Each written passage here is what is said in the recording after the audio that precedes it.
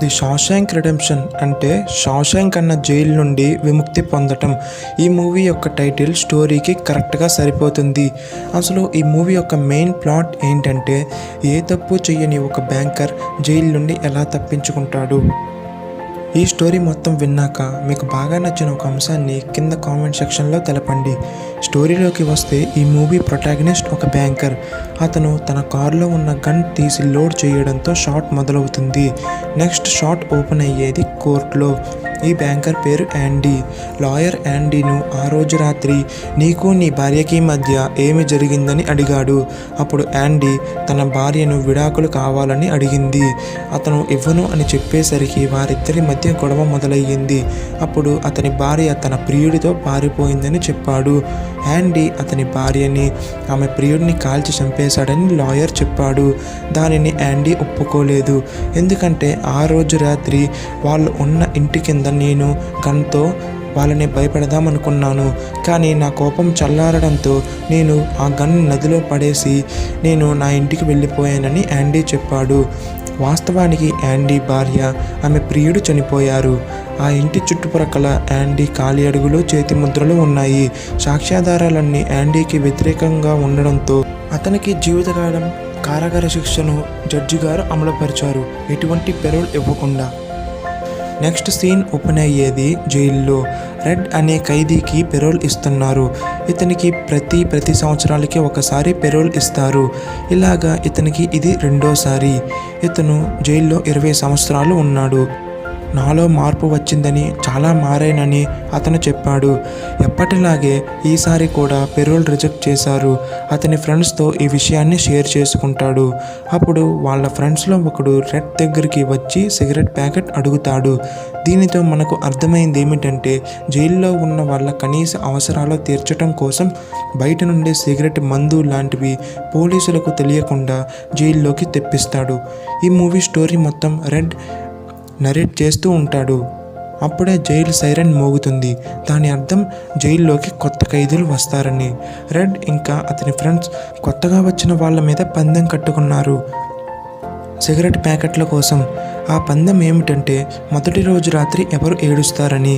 ఒక్కొక్కరు పందెం కట్టడం మొదలుపెట్టారు. రెడ్ చివరిగా ఉన్న యాండీ మీద పందెం కడతాడు.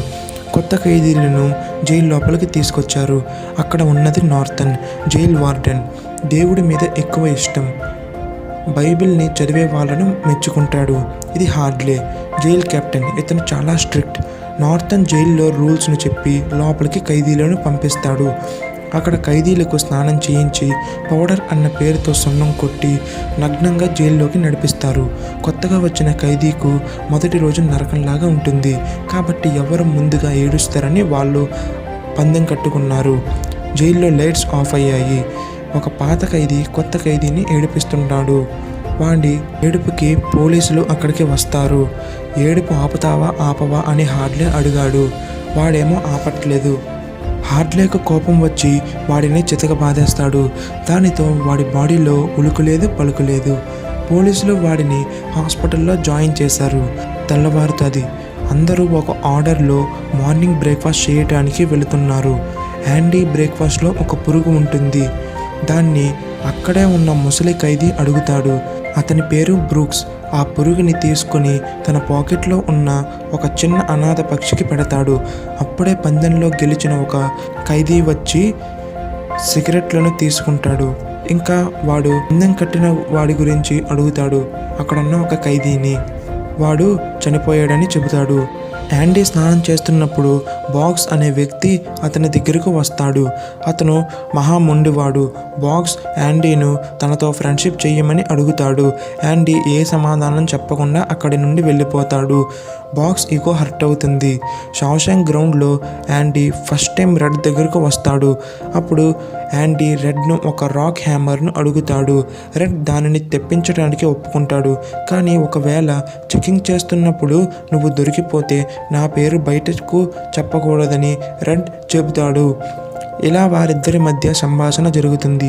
రెడ్ చాలా సంతోషిస్తాడు యాండీ తనతో మాట్లాడినందుకు.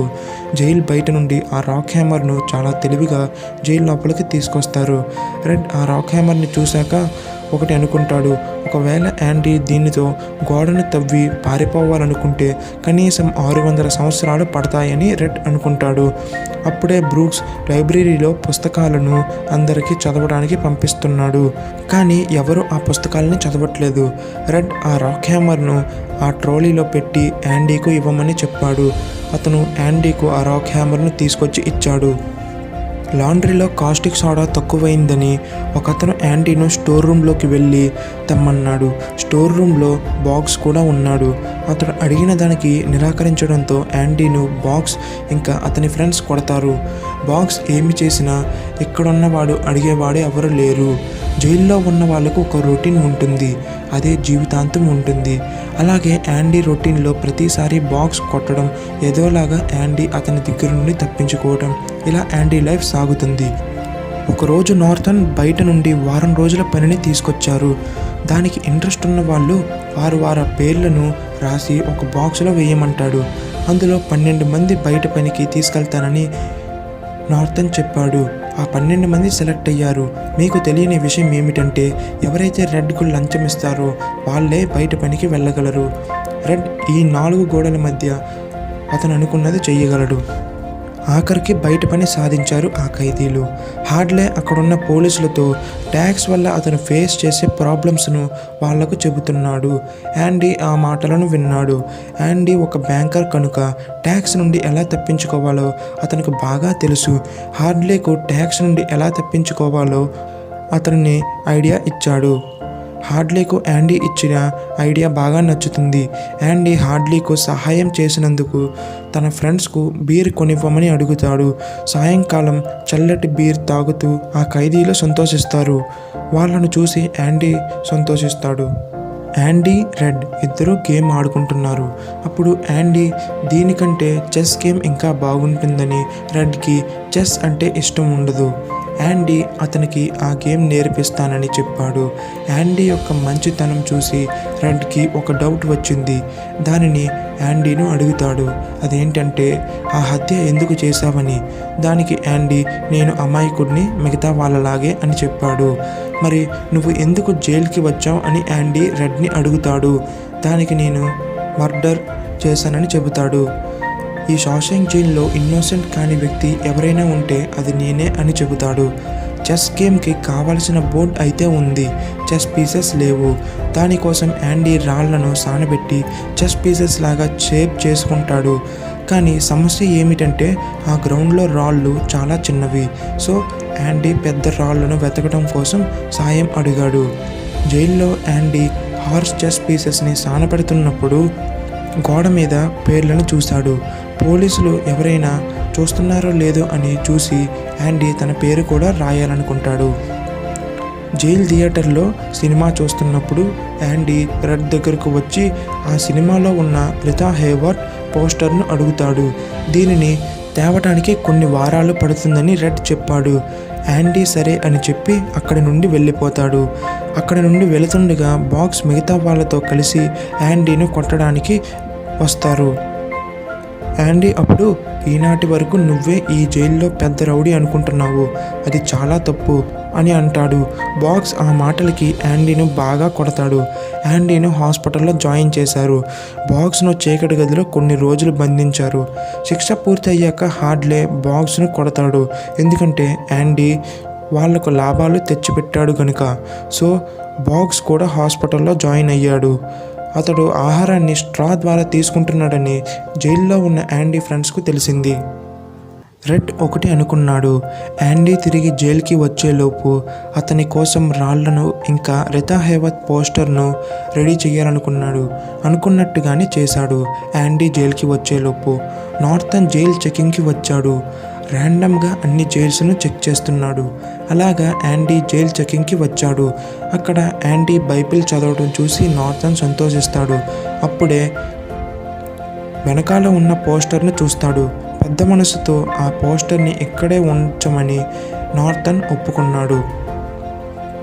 యాండీ బాగా చదువుకున్నవాడు గనుక నార్థన్ యాండీను లాండ్రీ పనికి బదులుగా లైబ్రరీలో బ్రూక్స్కి అసిస్టెంట్గా చేరమంటాడు. అక్కడ యాండీ దగ్గరకు ఒక పోలీస్ వచ్చి ట్యాక్స్ నుండి తప్పించుకోవడంలో అతనికి సహాయపడ్డాడు. పోలీసులు యాండీ దగ్గర అలా ఉండడం చూసి బ్రూక్స్కు చాలా సంతోషం వేసింది.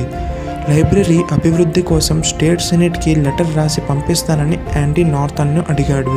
దానివల్ల ఎలాంటి ప్రయోజనం ఉండదు అని అన్నాడు. యాండీ వారానికి ఒక లెటర్ రాయడం మొదలుపెట్టాడు. ప్రతిసారి అతని దగ్గరకు ఎలాంటి రిప్లై రావట్లేదు. ఇలా కొంతకాలం గడిచింది. యాండీ దగ్గరకు ఆ జైల్ పోలీస్ ఆఫీసర్లు కాకుండా వేరే జైల్ పోలీస్ ఆఫీసర్లు కూడా వచ్చి వాళ్ళ నల్లధనాన్ని తెల్లధనంగా మార్చుకున్నాడు. రెడ్కు ఒక పోస్ట్ కూడా విప్పించాడు.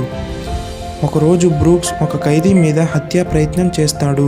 ఆ ఖైదీ బ్రూక్స్కు మీరు రేపు విడుదల కాబోతున్నారు అని చెప్పాడు. దానికి ఆయన ఇలా చేశాడు. బయట ఉన్న వాళ్లకు ఈ జైలు ఒక నరకంలాగా ఉండవచ్చు, కానీ లోపల ఉండి అలవాటు పడిన వాళ్లకు ఇది ఒక దేవాలయం. ఆయన దృష్టిలో ఇది ఒక దేవాలయం. అతని జీవితం మొత్తం ఇక్కడే తెలియకుండా గడిచిపోయింది. బ్రూక్స్ జైలు నుండి విడుదల అయ్యే టైం అయ్యింది. అతను పెంచుకున్న పక్షి కూడా వదిలి అతను అక్కడి నుండి వెళ్ళిపోతాడు. బయటకొచ్చి ఎక్కడికి వెళ్ళాలో తెలియని పరిస్థితి ఆయనది. ఒక ఇల్లు రెంట్కి తీసుకొని అక్కడి నుండి ఒక పనికి వెళుతున్నాడు. అక్కడ మేనేజర్ ప్రవర్తన బ్రూక్స్కి బొత్తిగా నచ్చలేదు. సాయంకాలం పక్షులకు ధాన్యం తినడానికి వేస్తాడు. తాను పెంచిన పక్షి మళ్ళీ ఇతని దగ్గరకు వస్తుందని అతనుకు ఒక చిన్న ఆశ కూడా కలిగింది. రాత్రి సమయంలో బ్రూక్స్కి నిద్ర సరిగ్గా పట్టట్లేదు. ఇవన్నీ బ్రూక్స్ ఒంటరితనాన్ని పెంచుతున్నాయి. అందుకని అతను ఆత్మహత్య చేసుకుంటాడు. ఇదంతా ఒక ఉత్తరంలో రాసి యాండీకు పంపించాడు. దాన్ని చదివిన యాండీ ఇంకా రెడ్ ఎంతో బాధపడతారు. అప్పుడే జైల్లోకి ఒక కొరియర్ వస్తుంది. అది యాండీ పంపించిన లెటర్స్ని చదివి స్టేట్ సెనేట్ ఆ కొరియర్ని పంపించారు. దాన్ని చూసి యాండీ ఎంతో సంతోషిస్తాడు. నార్తన్ వచ్చేలోపు వీటన్నిటిని ఇక్కడి నుండి తీసేయమని హార్డ్లే చెప్పి అక్కడి నుండి వెళ్ళిపోతాడు. ఇంకొక పోలీస్ బాత్రూంలోకి వెళతాడు. ఇదే మంచి సమయం అనుకుని యాండీ డోర్ అన్నిటినీ లాక్ చేసి మైక్ ద్వారా అందరికీ వినిపించేలా ఒక పాట పెడతాడు. ఆ పాట విని యాండీ ఇంకా జైల్లో ఖైదీలు ఎంతో సంతోషపడతారు. వాళ్ళంతా జైల్లో నుండి విడుదలైనట్టుగా ఉన్నది. ఆ పాట విన్నాక ఖైదీలతో పాటు ఆ పాట నార్తన్ ఇంకా పోలీసులు కూడా విన్నారు. వెంటనే అక్కడికి వచ్చి డోర్ని బద్దలు కొట్టి యాండీను చీకటి గదిలో కొంతకాలం బంధించారు. అక్కడ నుండి వచ్చిన తర్వాత యాండీను మిగతా వాళ్ళందరూ మెచ్చుకున్నారు. 10 సంవత్సరాలు పూర్తయ్యాయి. పెరోల్ కోసం రెడ్ మళ్ళీ వచ్చాడు. ఈసారి కూడా అతనికి పెరోల్ రిజెక్ట్ చేశారు. దానిని యాండీతో చెప్పుకుంటాడు. అప్పుడు యాండీ అతనికి ఒక హార్మోనికాను గిఫ్ట్గా ఇచ్చాడు. రెడ్ యాండీకు ఇంకొక కొత్త పోస్టర్ని గిఫ్ట్గా ఇచ్చాడు. యాండీ ఎప్పుడు తాను చెప్పింది మరిచిపోడు. ఆ తరువాత నుండి వారానికి 2 ఉత్తరాలు రాయడం ప్రారంభించాడు. ప్రభుత్వం అతని విన్నపానికి దిగి వచ్చింది. లైబ్రరీని విస్తరించడానికి $200 చెక్ పంపించింది. ఇంకా ఇతర సంస్థలు కలవడంతో $500 జమకూడాయి. లైబ్రరీని విస్తరించడం కోసం యాండీ ఎంతో కష్టపడుతున్నాడు. చారిటీతో ఒప్పందాలు కుదుర్చుకోవడం వల్ల ఆ లైబ్రరీకి ఎన్నో బుక్స్ వచ్చాయి. జైలు నుండి విడుదలయ్యి ఆత్మహత్య చేసుకున్న బ్రూక్స్ పేరు ఆ లైబ్రరీకి పెట్టారు. న్యూ ఇంగ్లాండ్లోనే ఉత్తమ గ్రంథాలయంగా దానికి పేరు వచ్చింది. ఆ సంవత్సరమే నార్తన్ ఒక కొత్త పథకాన్ని ప్రకటించారు. జైల్ అభివృద్ధి కావడంతో అతనికి ఎన్నో అనుకూలంగా మారాయి. న్యూస్ రిపోర్టర్స్ను ఆహ్వానించి వాళ్ళకొక ఇంటర్వ్యూ ఇచ్చారు. అదేంటంటే జైల్లో ఉన్న ఖైదీలను బయట పనికి తీసుకెళ్ళి వాళ్ళ చేత ప్రజలకు సేవ చేయించాలనుకున్నాడు. కానీ దీనివల్ల వచ్చే లాభాల గురించి ప్రెస్ వాళ్లకు తెలియజేయలేదు. దానితో నార్తన్కు నల్లధనం ఎక్కువగా జమకూడాయి. ఖైదీలు పనిచేయటం వల్ల అతనికి ఎన్నో లాభాలు వచ్చాయి. ఎంత లాభం వస్తుందని మొత్తం యాండీకు తెలుసు. నార్తన్ రహస్యాలన్నీ యాండీనే కాపాడాడు. జైల్లోకి కొత్త ఖైదీలు వస్తున్నారు. అందులో మనం టామీ అన్న వ్యక్తి గురించే మనం ఎక్కువగా మాట్లాడుకుంటాం. ఇతను ఒక దొంగతనం చేయటం వల్ల జైల్లోకి వస్తాడు. అక్కడ ఎంతో చురుగ్గా పనిచేస్తాడు. టామీకు చదవడం మీద ఆసక్తి పెరుగుతుంది. అందుకని టామీ యాండీ దగ్గరకు వెళ్ళి చదువు నేర్పించమని అడుగుతాడు. అప్పుడు యాండీ అతనుకు ఆల్ఫాబెట్స్ నుండి మొత్తం అంతా నేర్పించాడు. చివరిగా అతనికి ఒక టెస్ట్ పెట్టి చూస్తాడు. టామీ ఆ టెస్ట్ బాగా రాయలేదనుకుని పేపర్ని డస్ట్బిన్లో పడేసి అక్కడ నుండి వెళ్ళిపోతాడు. కానీ యాండీ ఆ పేపర్ను తీస్తాడు. అది కరెక్షన్కు పంపిస్తాడు. టామీ ఆ విషయాన్ని రెడ్కు చెబుతాడు. అప్పుడు రెడ్ యాండీ గురించి చెబుతాడు, అతను జైలుకి ఎలా వచ్చాడని. టామీకి అది విన్నాక ఒకటి గుర్తుకొచ్చింది. దానిని యాండీకు చెబుతాడు. అదేంటంటే 4 సంవత్సరాల క్రితం నేను వేరే జైల్లో ఉన్నప్పుడు నా జైల్మేట్లో ఒకడు వాడు చేసే హత్యలను చెబుతాడు. వాడి ఓనర్ ఇప్పుడు ఇతని మీద అధికారం చలాయించేవాడని, అందుకని అతడు తన ఓనర్ని చంపేద్దామని అనుకున్నాడు. అప్పుడు వాళ్ళ ఓనర్ వేరే అమ్మాయితో ఉండడం వాడు గమనించాడు. ఇంకా ఆమె ఒక బ్యాంకర్ భార్య అని చెప్పాడు. అక్కడ వారిద్దరిని చంపేస్తాడు. కానీ ఆ నేరం ఆ బ్యాంకర్ మీద పడిందని కూడా చెబుతాడు. దీనితో యాండీకు అర్థమైంది ఏమిటంటే యాండీ ఇంతకాలం ఏ తప్పు చేయకుండానే తన శిక్ష అనుభవిస్తున్నాడని. తనను విడుదల చేయమని యాండీ నార్తన్ను కోరాడు. అతడు ఒప్పుకోలేదు. యాండీ ఎక్కువగా మాట్లాడి నార్తన్కు కోపం తెప్పించాడు. అందుకని యాండీను చీకటి గదిలో బంధించడానికి తీసుకెళ్తున్నారు. ఎగ్జామ్ రాసిన టామీ పేపర్ కరెక్షన్ అయ్యి వచ్చింది. అందులో అతడు పాస్ అయ్యాడు. ఆ వార్త యాండీకు తెలిసింది. ఒకరోజు నార్తన్ టామీను జైలు బయటకు రమ్మన్నాడు. అక్కడ టామీను నువ్వు యాండీకు జరిగిన విషయానికి సాక్షిగా ఉంటావా అని అడిగాడు. అవును అని టామీ చెప్పాడు. ఆ మాట వినగానే నార్తన్ పైన ఉన్న హార్డ్లీకు సిగ్నల్ పంపించాడు. హార్డ్లీ గన్తో టామీని చంపేస్తాడు. ఒక పోలీస్ టామీ చావు వార్తను యాండీకు చెబుతాడు. అప్పుడు నార్తన్ యాండీ దగ్గరకు వచ్చాడు. టామీ చావు వార్తను స్వయంగా మళ్ళీ చెబుతాడు యాండీకు. అప్పుడు యాండీ నువ్వే టామీని చంపేశావు అని అంటాడు. నార్తన్కు కోపం వచ్చి మళ్ళీ చీకటి గదిలో శిక్షను పెంచుతాడు. శిక్ష పూర్తయ్యాక రెడ్ ఇంకా యాండీ మాట్లాడుకుంటారు. అప్పుడు యాండీ రెడ్కు ఒక ప్లేస్ చెబుతాడు. అక్కడ నల్లగా ఉండే రాయి కింద అతనికి సంబంధించిన విషయం ఉంటుందని చెబుతాడు. ఇదంతా రెడ్ని విడుదలయ్యిన తర్వాత చెయ్యమని యాండీ చెప్పి అక్కడి నుండి వెళ్ళిపోతాడు. ఎప్పటిలాగే యాండీ నార్తన్కు సంబంధించిన ట్యాక్స్ విషయాలన్నీ రాసి యాండీ తన లాకర్లో పెడతాడు. నార్తన్ తన షూస్ని క్లీన్ చెయ్యమని చెప్పి వెళ్ళిపోతాడు. పని పూర్తయ్యాక యాండీ తన జైలుకి వెళ్ళిపోతాడు. ఆ రోజు రాత్రి రెడ్కు సరిగ్గా నిద్ర పట్టట్లేదు. యాండీ ఏమైనా ప్రమాదకరమైన పని చేస్తాడేమో అని అనుకున్నాడు. పొద్దున్నే అటెండెన్స్ వేస్తున్నప్పుడు పోలీసులకు తెలుస్తుంది యాండీ కనిపించట్లేదని. నార్తన్కు ఏమీ అర్థం కాలేదు యాండీ ఎలా తప్పించుకున్నాడని. రెడ్ని పిలిచి అడుగుతాడు. అతనికి కూడా ఏమీ తెలియదని చెబుతాడు. నార్తన్కు కోపం వచ్చి అతని చేతిలో ఉన్న రాయితో గోడ మీద కొడతాడు. కానీ ఎలాంటి శబ్దం రాలేదు. ఏముందా అని పోస్టర్ని చింపాడు. అక్కడ పెద్ద రంధ్రం కనిపించింది. అది ఎక్కడి వరకు వెళుతుందా అని దాన్ని చూశారు. చుట్టుప్రక్కల మొత్తం వెతికారు. వాళ్ళు జైలు బట్టలు ఇంకా రాక్ హ్యామర్ కనిపించాయి. అసలు మనం మిస్ చేసిన పాయింట్ ఏంటో ఇక్కడుండి తెలుసుకుందాం. యాండీకు జుయాలజీ అంటే ఇష్టం. ఆ ఇష్టమే అతనికి జైలు గోడల మీద తెలుసుకోవడానికి ఉపయోగపడింది. ఎంతో సమయం కేటాయిస్తేనే ఇటువంటి అద్భుతమైన విషయాల గురించి తెలుసుకోవడం జరుగుతుంది. సమయం గురించి యాండీ ఆలోచించలేదు. మొదటి రోజు నుండే ఆ పని మొదలుపెట్టాడు. దానికి రెడ్ ఇచ్చిన పోస్టర్ ఎంతగానో ఉపయోగపడింది. అతను ఎంతో మేధావి. జైల్లో ఎన్ని పనులు చేసినా ఎంతో కొంత సమయం మిగిలిపోతుంది. ప్రతిరోజు ఉదయం యాండీ వాకింగ్కి వెళుతున్నాడని మిగతా వాళ్ళు అనుకుంటారు. కానీ ఇప్పుడే తెలిసింది ఏంటంటే అతను పథకాన్ని ఎవరికీ తెలియకుండా అత్యద్భుతంగా అమలుపరిచాడు. నార్తన్ టామీని చంపేసిన తర్వాత ఇక్కడ ఉండకూడదని నిర్ణయించుకున్నాడు. ట్యాక్స్కి సంబంధించిన పుస్తకాలన్నీ తన దగ్గర ఉంచుకుని వేరే పుస్తకాన్ని యాండీ లాకర్లో పెడతాడు.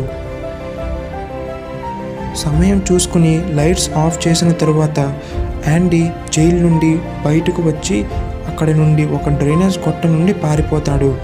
అది ఏమీ అంత చిన్న డ్రైనేజ్ గొట్టం కాదు. అది 500 గజాల పొడవు ఉండే గొట్టం. దాని నుండి వెళ్ళి యాండీ స్వతంత్రుడయ్యాడు. నార్తన్ సంపాదించిన నల్లధనం మొత్తం తెల్లధనంగా మార్చి యాండీ ఆ డబ్బుని డ్రా చేసుకోవడానికి బ్యాంక్కి వచ్చాడు. అతని పని పూర్తయ్యాక యాండీ ఒక పార్సెల్ను అక్కడున్న వాళ్లకు ఇచ్చి న్యూస్ రిపోర్టర్స్కు పంపమని చెబుతాడు. అందులో నార్థన్ రహస్యంగా ఎలా సంపాదించాడో అన్ని వివరాలు ఉన్నాయి. ఆ పుస్తకాన్నే యాండీ జైల్లో మార్చేస్తాడు. తన దగ్గర ఉన్న ఆధారాలు ఎలా బయటికి వచ్చాయా అని నార్థన్ అనుకున్నాడు. వెంటనే ఆ లాకర్ ఓపెన్ చేసి చూశాడు. అది యాండీ యొక్క బైబిల్. అందులో ఒక రాక్ హ్యామర్ షేప్లో కట్ చేసి ఉంది. అది అతను గమనించారు. బయట పోలీసులు హార్డ్లీను అరెస్ట్ చేశారు. నార్థన్ ఎవరికి దొరకకుండా తప్పించుకున్నాడు, అతను చంపుకొని. జైల్లో అందరూ యాండీ గురించి ఎంతో గొప్పగా మాట్లాడుకుంటున్నారు. రెడ్కి ఇంకో పెరోల్కి టైం అయ్యింది. అప్పుడు రెడ్ చెప్పిన మాటలకు అక్కడున్న అధికారులు మైమరిచిపోయారు. దానికి ప్రతిఫలంగా రెడ్ను విడుదల చేస్తారు. బ్రూక్స్ విడుదలయ్యాక ఎలా జరిగిందో అలాగే రెడ్ విషయంలో కూడా జరుగుతుంది. కానీ రెడ్ ఆత్మహత్య చేసుకోలేదు. యాండీ జైల్లో ఉన్నప్పుడు అతనికి చివరిగా చెప్పిన మాటలను గుర్తు తెచ్చుకున్నాడు. దానితో రెడ్ ఆ ప్లేస్కి వెళ్ళి యాండీ చెప్పినట్టుగా అక్కడ ఒక నల్ల రాయి కింద ఒక బాక్స్ని చూశాడు. అందులో ఒక లెటర్తో పాటు ఇంకా డబ్బులు కూడా ఉన్నాయి. ఆ లెటర్లో యాండీ ఎక్కడ ఉన్నాడో రాసి ఉంది. చివరిగా సముద్ర తీరాన రెడ్ యాండీను కలుసుకుంటాడు. ఫ్రెండ్స్, మీకు నా వీడియో నచ్చితే సబ్స్క్రైబ్ చేయండి.